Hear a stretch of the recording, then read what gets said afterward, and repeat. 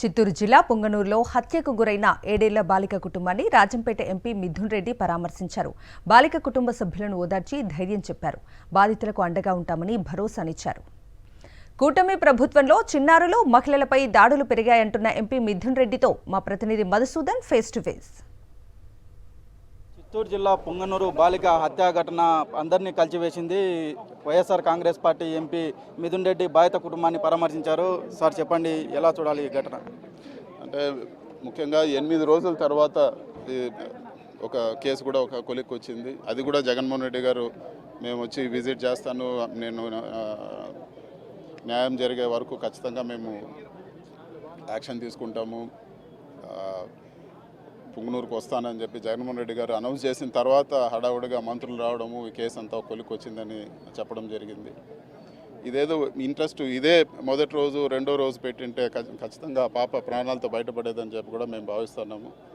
ఇలాంటి ఇన్సిడెంట్స్ ఎక్కడ కూడా రాష్ట్రంలో జరగకుండా చర్యలు తీసుకోవాలి. ఇప్పటికే చాలా ఇన్సిడెంట్స్ జరిగినాయి. ఇలాంటివి జరిగితే ప్రజల్లో కూడా ఒక భయానక వాతావరణం ఉంటుంది. సో గవర్నెన్స్ పైన ప్రభుత్వం దృష్టి పెట్టాలని చెప్పి కూడా మేము కోరుతున్నాం. ఇలాంటి మర్డర్లు కానీ ఇంకోటి కానీ ఇవి సమాజానికి మంచిది కాదు. ఖచ్చితంగా వీటిని కఠినంగా వ్యవహరించి వీటన్నిటిని కూడా అరికట్టాలని చెప్పి కూడా మేము కోరుతున్నాం. సార్, ప్రధానంగా చెప్పండి, రాష్ట్ర వ్యాప్తంగా కూటమి ప్రభుత్వం వచ్చిన తర్వాత ఇలాంటి సంఘటనలు జరుగుతున్నాయి. మొన్న నంద్యాల జిల్లా జరిగింది, ఇప్పుడు చిత్తూరు జిల్లాలో జరిగింది. వీటిని ఎలా చూడాలి?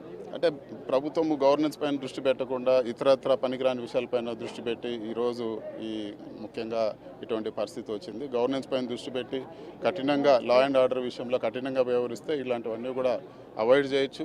అదేవిధంగా జగన్మోహన్ రెడ్డి గారు కూడా పర్యటన, ఎందుకంటే కేసు కొలికి వచ్చింది కాబట్టి ఈ పర్యటన కూడా వాయిదా వేసుకోవాలని చెప్పి కూడా మేము కోరడం జరిగింది.